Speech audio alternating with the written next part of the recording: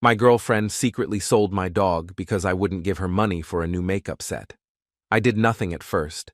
Then, I quietly transferred all her property into my name and left her. When she found out, she completely lost it. I came home to an empty apartment. No barking, no clicking of nails on hardwood, no tail wagging at the door. "Max!" I called out. Silence. I walked through every room, checked under the bed, behind the couch, in the closet. My girlfriend was sitting at the kitchen table, scrolling through her phone. New makeup spread out in front of her, palettes, brushes, lipsticks still in their packaging. "Where's Max?" I asked. She didn't look up. "I sold him." The room tilted. "You what?" "I sold him. Some family on Craigslist. They picked him up this morning." I stared at her. "You sold my dog." "Our dog," she corrected. "And I needed money. You wouldn't give me any for the makeup set I wanted, so I figured it out myself." My hands started shaking. "That was my dog. I've had him for 6 years." She finally looked up, shrugged. "He was just a dog. You'll get over it."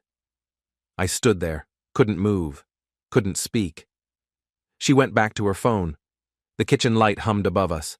The refrigerator kicked on. Outside, a car alarm chirped twice. The sound felt distant, like it was coming from another world. I looked at the makeup spread across the table. Expensive brands. The kind she'd shown me on her phone a week ago. The kind I'd said we couldn't afford right now. She was testing a lipstick on the back of her hand, rubbing it in, comparing shades. I didn't yell, didn't cry, didn't throw anything. I just walked to the bedroom, closed the door. Sat on the edge of the bed. Max was gone. The dog I'd raised from a puppy, who slept next to me every night, who sat with me when my father died, who knew when I was having a bad day before I did. Gone, for makeup. The apartment smelled like her perfume. Expensive. The kind I'd bought her last month because she said it made her feel confident. The scent was everywhere now, in the sheets, in the air, overwhelming. I could hear her laughing at something on her phone in the other room. My phone buzzed, a text from my mom asking how Max was doing. She'd bought him a new toy last week, a squeaky duck he'd carried around for 3 days straight. I didn't answer. That night, she acted like nothing happened. Made dinner, talked about her day, showed me videos on her phone.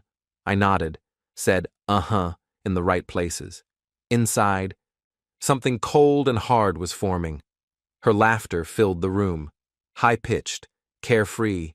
She told me about a sale at Sephora, about her friend's new boyfriend who worked in finance, about a restaurant downtown she wanted to try. Italian, the expensive kind with the tasting menu. "We should go this weekend," she said. "Maybe," I said. She scrolled through photos of the place, showed me the bread they served, the wine list, the desserts. I looked at her, really looked at her, the way she gestured with her hands, the way she tucked her hair behind her ear, the way she expected me to listen, to care, to smile, the way she'd dismissed Max like he was furniture she'd sold on Facebook Marketplace. "You okay?" she asked, halfway through dessert. "Fine," I said. "You're quiet." "Just tired." She reached across the table, squeezed my hand. "You're too sensitive about the dog thing," she said. "Seriously, we can get another one, a puppy this time, something cuter." I pulled my hand back. "Maybe," I said. She went back to her phone. I watched her scroll, double-tap photos, leave comments, heart emojis, fire emojis. The glow of the screen lit up her face. She laughed at something, turned the phone to show me. I couldn't even register what it was. I didn't argue. I just nodded. The apartment was mine. My name on the lease, my furniture, my TV, my everything. She'd moved in 2 years ago with a suitcase and a smile. Said she just needed a place to crash for a few weeks. Her roommate situation had fallen through. She had nowhere to go. I'd let her stay. Let her take over the second closet. Let her fill the bathroom with her things. Let her feel at home. "Just until I get back on my feet," she'd said. That was 2 years ago. Now I started paying attention. Her laptop, the one I bought her for her birthday, on my credit card, $1,500. Her car, the one in my name because her credit was bad. Monthly payments coming from my account, $367 a month. Her phone, on my family plan. Another line I paid for. Her jewelry, her clothes, her shoes, her everything, all purchased with my money, all in my apartment, most of it technically mine. I pulled up my credit card statements, scrolled back through 2 years of transactions: Sephora, Ulta, Nordstrom, Revolve, Zara, H&M, Forever, 21, Amazon, Target, hundreds of charges, some small, some large, all adding up. I did the math. Over $40,000 in 2 years. $40,000 on someone who sold my dog for makeup. I didn't confront her. I waited. The days passed. She went to work, came home, scrolled through her phone, talked about nothing. I smiled. I nodded. I made dinner. She thought I'd forgiven her, thought I'd moved on. She started mentioning getting a new dog, sent me pictures of puppies, golden retrievers, labs. "This one's so cute," she'd say. I'd look at the photos, say nothing. 3 days after Max disappeared, she asked for money again. "There's this designer bag I really want," she said over breakfast. "It's only $800. "Only," I repeated. "Come on, babe. You have the money." "Not right now," I said. She rolled her eyes. "You're so cheap. You know that?" I smiled. "Maybe." She went back to her phone, kept scrolling through photos of the bag. A Gucci. Beige with gold hardware. "My friend just got one," she said. "Everyone's getting them." "That's nice," I said. She huffed, pushed her plate away. "Whatever. I'll just save up myself." I sipped my coffee. She didn't realize I was watching. Didn't realize I was counting every dismissive word, every entitled demand, every casual cruelty. She thought I'd given up. She had no idea what was coming. I started moving things that week. Small things first, things she wouldn't notice missing. My grandfather's watch, my laptop, important documents, birth certificate, passport, social security card. I took them to a storage unit across town, rented it under my name. Cash payment. She didn't notice. Then I called a lawyer. I explained everything: the apartment, the lease, the car, the phone, the purchases. "Everything in the apartment is technically mine," I said. "She's not on the lease. Her car is in my name. Her phone is on my plan. Can I reclaim it?" He was quiet for a moment. I could hear him typing. "Legally, yes. If she has no proof of ownership and you're the sole leaseholder, you have the right to remove her and keep your property." "What about her stuff, her clothes and things?" "You'd need to give her reasonable time to collect personal items. But anything purchased with your money that's titled in your name, that's yours." My chest tightened. "Good," I said. "Do you have receipts, proof of purchase?" "Everything. Credit card statements, loan documents, phone bills." "Then you're covered. Just document everything. Take photos, make lists, and when you remove her, do it legally.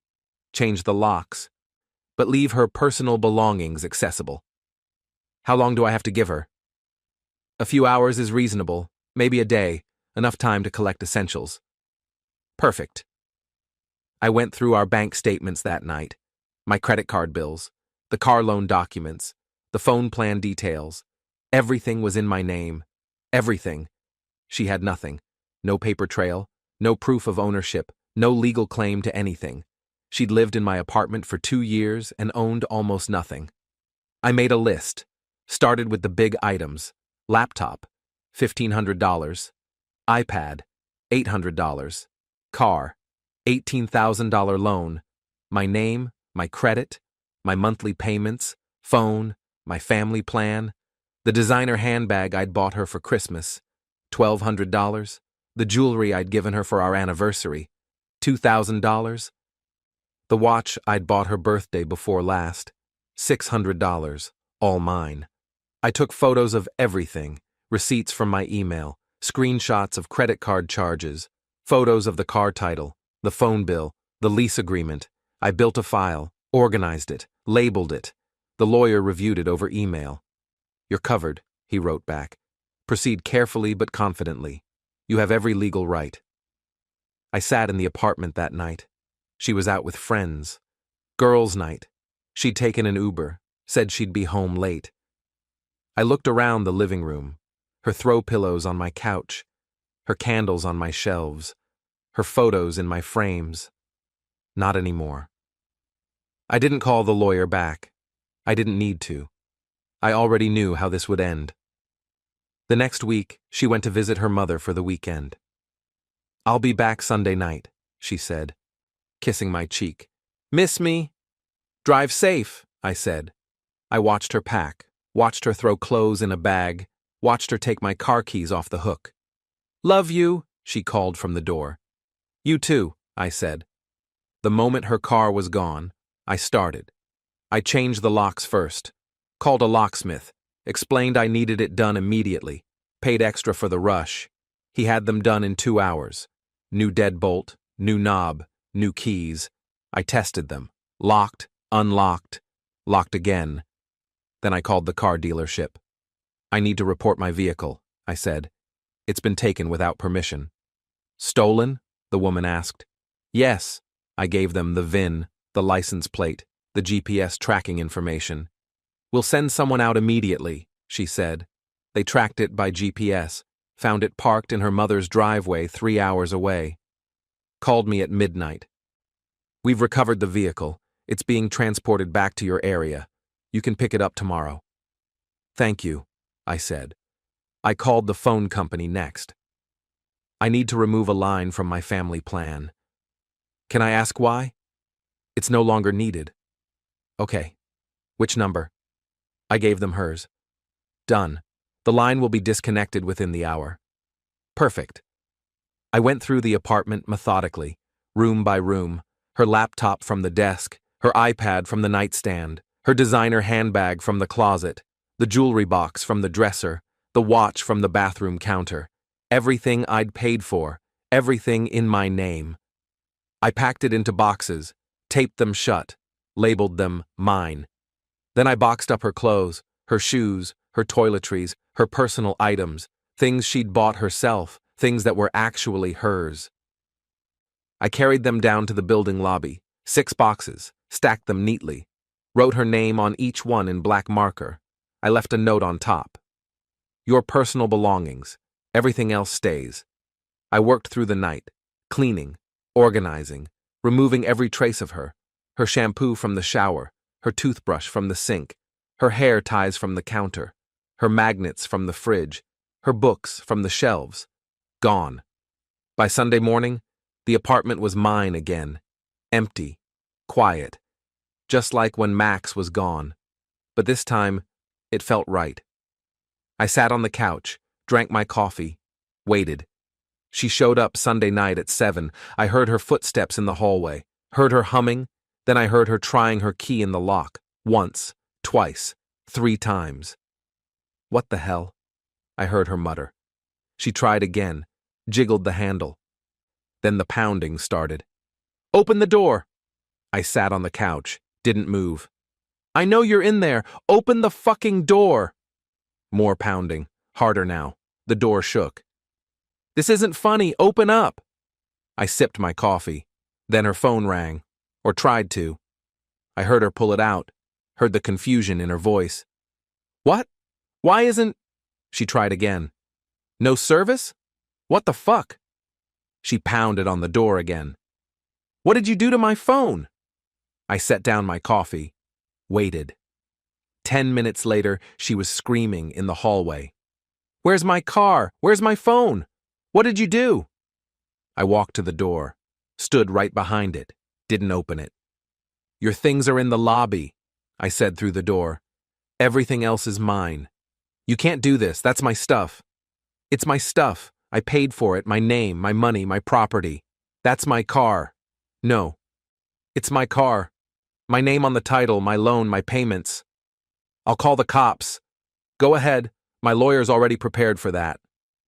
Silence. I could hear her breathing on the other side of the door, heavy, panicked. Then, please. Her voice cracked. Please, I'm sorry about the dog. I'll help you find him. I'll make it right. You sold him for makeup, I said. You made your choice. I made a mistake. Please. We can talk about this. Just open the door. No. Please. Goodbye. I walked back to the couch, heard her crying in the hallway, heard her trying to call someone on a phone that didn't work, heard her kick the door. You're an asshole, she screamed. A fucking asshole. I turned on the TV. Eventually, she left. I sat in the silence. The apartment was empty. No makeup on the counter, no throw pillows on the couch. No photos on the shelves, no Max sleeping by my feet. But it was mine. All mine.